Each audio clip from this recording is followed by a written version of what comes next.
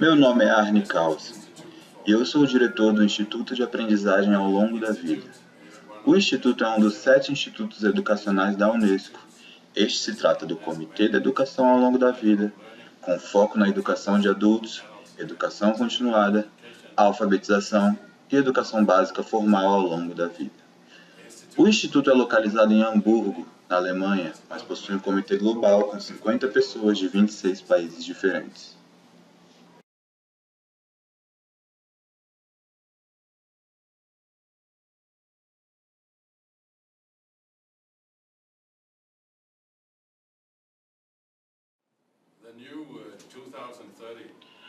A nova Agenda de 2030 para o Desenvolvimento Sustentável, que ocorre do ano 2016 até o ano de 2030, é o objetivo tanto do desenvolvimento do milênio quanto da educação para todos, desde o ano 2000 até o ano de 2015.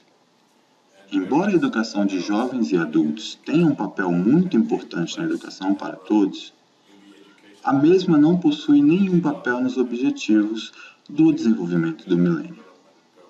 Na nova Agenda de Desenvolvimento Sustentável de 2030, existem 17 objetivos. O objetivo número 4 tem como título Assegurar oportunidades de educação de qualidade e aprendizagem ao longo da vida de forma inclusiva e igualitária para todos. Isso até 2030. A diferença é que isso já não é mais apenas um objetivo para a educação, mas também para a aprendizagem ao longo da vida para todos. O segundo aspecto novo é que a educação está relacionada com todos os 16 demais objetivos do desenvolvimento sustentável. Pode-se dizer que neste novo marco de ação, o espaço para a educação de jovens e adultos está maior do que nunca.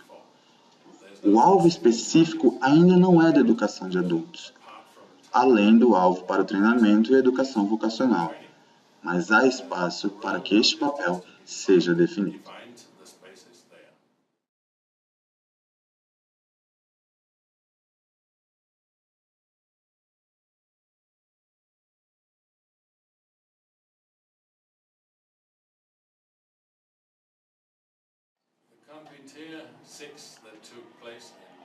A Confinter 6, que ocorreu em Belém em 2009, culminou na criação do Marco de Ação de Belém, adotado por 154 Estados-membros. O Instituto em Hamburgo, junto com o comitê por parte da Unesco, ficou encarregado de monitorar o progresso dos Estados-membros que estão seguindo o Marco de Ação de Belém. Ambas as organizações estão fazendo este trabalho enviando 3 ou 4 vezes boletins da Confinter e também boletins que testemunham eventos específicos relacionados ao acompanhamento do Marco de Ação de Belém. Também estabelecemos o portal em nosso site, com práticas ao redor do mundo que desenvolvem progresso em relação ao Marco de Ação de Belém. E, finalmente, nós organizamos reuniões regionais de acompanhamento com todas as regiões do mundo. A última ocorrerá no mês de junho deste ano. Não será uma reunião regional, mas uma reunião subregional para o Caribe. Todas estas reuniões regionais adotaram um plano para que seja feito o acompanhamento do Marco de Ação de Belém. Eu deixei por último o processo do relatório global da educação de jovens e adultos. A UIL publica esse relatório a cada 3 anos, baseado nos relatórios nacionais de progresso dos Estados-membros em acompanhamento ao Marco de Ação de Belém. O primeiro foi apresentado como um relatório de balanço do Departamento de Arte da Educação de Adultos em 2009. O segundo, que foi em 2013, teve foco em alfabetização. Foi subtitulado como Repensando a Alfabetização, não enxergando a alfabetização no sentido de ou a pessoa é alfabetizada ou não é, mas sim pensando em uma progressão de níveis. Uma pessoa pode ser alfabetizada no nível baixo ou no nível alto. Desta vez, estamos tentando expandir o conceito da educação de adultos para outras áreas. Estamos focando em maiores benefícios da educação de adultos, fora do campo de educação e da própria educação de adultos. Nós vemos esses benefícios na área da saúde e bem-estar, nas áreas de emprego, empregabilidade, mercado de trabalho e na área mais clássica para a educação de adultos, a área da construção de sociedade, com mais valores que mantém a sociedade unida e na força do sustento da resiliência nas comunidades locais. Se olharmos para o benefício da educação de adultos e para o investimento na educação de adultos, podemos demonstrar que há um retorno muito positivo deste investimento nessas três áreas. Isso não é algo que podemos observar se priorizarmos apenas os setores e os subsetores clássicos da educação de adultos. Mas, se tivermos uma perspectiva mais realística, se dermos atenção aos setores fora dos setores da educação, tudo isso se torna muito mais evidente.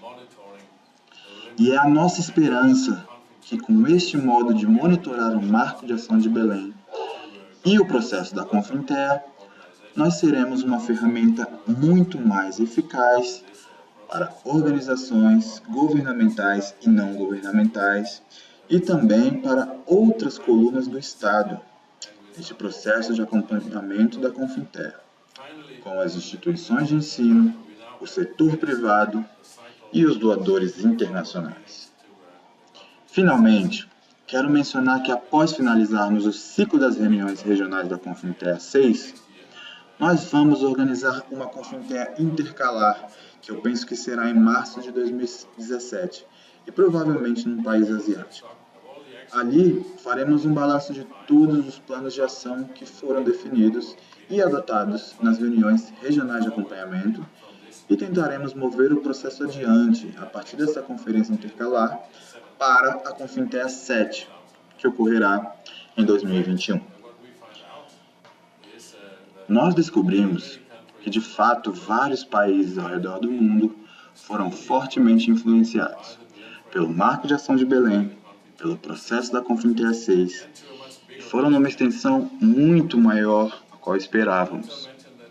Estamos observando os relatórios nacionais dos países caribenhos e da América Latina e constatamos que a maioria dos países relataram que houve uma grande melhoria, tanto quanto nas políticas da educação de adultos, a educação ao longo da vida em níveis de participação, como também no investimento em educação de adultos, contrariando o que pensaríamos por reflexo.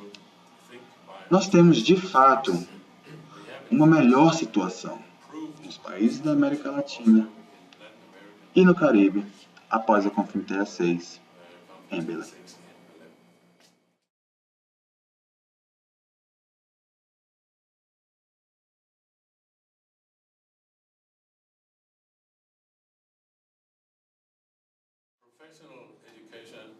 Educação profissional e educação continuada para adultos é uma área muito importante dentro do subsetor da educação de adultos. É uma área que está recebendo cada vez mais atenção e interesse por parte de vários governos e também doadores. É de suma importância que todas as pessoas tenham seu rendimento, que tenham trabalho, seja no setor privado, público ou até mesmo na economia informal. É muito importante que as pessoas possam se sustentar e sustentar as suas famílias. Então, essa área específica, junto com o subsetor da educação de adultos, é extremamente importante e vem ganhando mais importância entre o governo e doadores. Isso é parte da educação de adultos. Há também outra parte. As pessoas, elas vivem para a vida e vivem apenas parcialmente para os seus trabalhos. Então, a outra parte de desenvolvimento de habilidades é relacionada a aprender a viver no século XXI. aprender a viver em comunidade, aprender a viver com prazer e satisfação, o que são também áreas muito importantes na educação de adultos. Eu diria que essas áreas são tão importantes como as áreas vocacionais, as áreas educacionais, as áreas de treinamento, que também são parte do desenvolvimento das habilidades das pessoas em geral.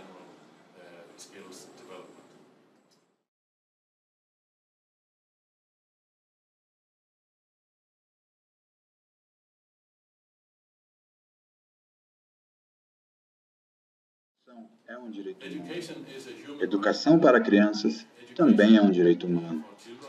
Mas também existem muitos adultos que necessitam de educação básica. Assim como a educação básica para crianças é um direito humano, a mesma também é um direito para adultos. Existem muitas pessoas ao redor do mundo que não têm acesso à educação básica. Parte dessa educação é a alfabetização. Nós temos números hoje em dia que nos mostram que 757 milhões de pessoas no mundo, 2/3 dessas pessoas sendo mulheres, não são alfabetizadas. E o mundo fez muito pouco progresso nos últimos 15 anos nessa luta de aumentar o número de pessoas alfabetizadas nesses países. O novo desenvolvimento foi que países desenvolvidos também estão redescobrindo a alfabetização como um desafio muito importante.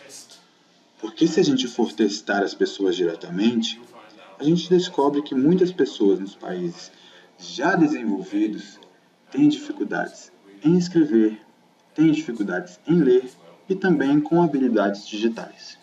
Então, a alfabetização continua sendo um assunto muito importante em relação à educação básica. E está agora sendo redescoberta por países que normalmente diriam que não possuem problemas com isso. Portanto, a alfabetização é uma nova agenda universal para países de todos os níveis de desenvolvimento. A parte boa da Agenda de 2030 é que a mesma também é uma agenda universal que une países com renda alta, média e renda baixa, países desenvolvidos e países em desenvolvimento.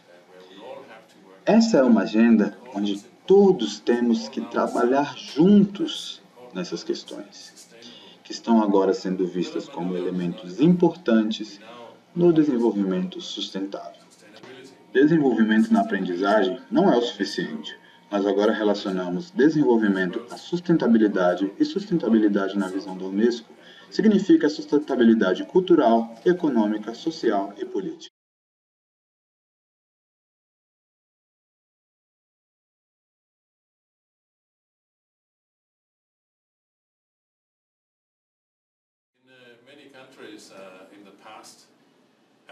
Em muitos países, no passado, a educação de adultos era praticamente um sinônimo de alfabetização, mas isso mudou.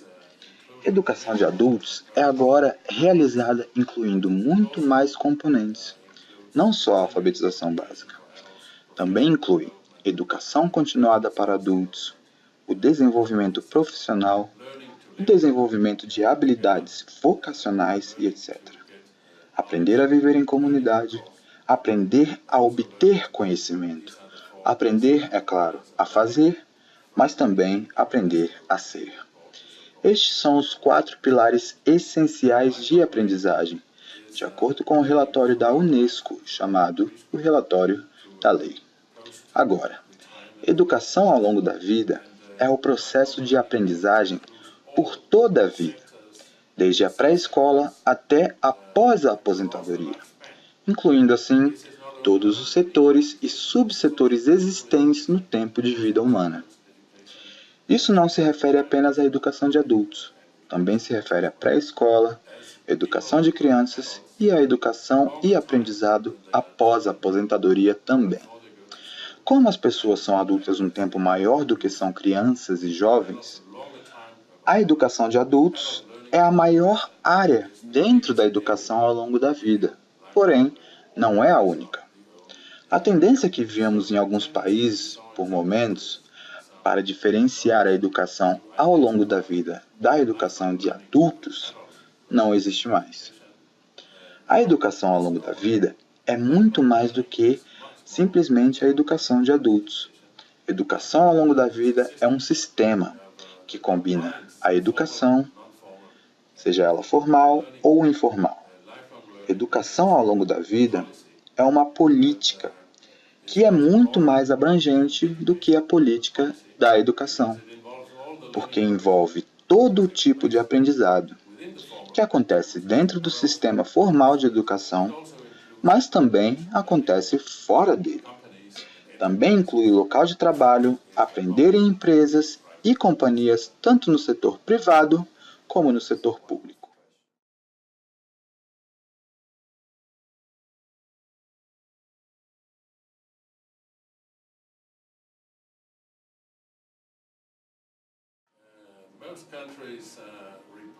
A maioria dos países relatam que há uma necessidade de mais investimento na educação de adultos e, especialmente, eu diria, que muitas organizações não governamentais e organizações da sociedade civil fazem um trabalho fantástico neste campo. Também pela necessidade de mais apoio público, como eu mencionei, nós vimos de fato que houve uma melhora de investimento nos países da América Latina e nos países caribenhos. Uma nova medida que pode ser tomada é trabalhar muito mais juntamente com os parceiros de fora da área clássica da educação de adultos. Organizações não governamentais e organizações governamentais com o setor privado podem trabalhar muito mais com todas as colunas do Estado e também com o setor cultural, bibliotecas, museus, galerias de arte, que possuem espaços fantásticos de aprendizagem, onde também ocorre educação informal. Então, essa nova abordagem, trabalhando juntamente com outros setores fora da educação, que também deve ser refletido na colaboração de ministérios da educação trabalhando junto com outros ministérios para desenvolver uma política e uma estratégia de educação ao longo da vida que seja realista, que seja solidária e que seja compreensiva. E também com uma boa aplicação de fundos, levando em consideração que nós somos adultos mais tempo do que somos crianças. Isso também deve ser refletido nas decisões de orçamento, numa política governamental de investimento que seja mais balanceada em relação ao papel da educação de adultos, especialmente no novo contexto do Marco de Ação de 2030, contexto esse que é intersetorial, ou seja, é mais realista, mais compreensivo e também orientado para o desenvolvimento sustentável nas suas muitas dimensões. Dimensões essas, como eu já mencionei, sociais, econômicas, culturais e políticas.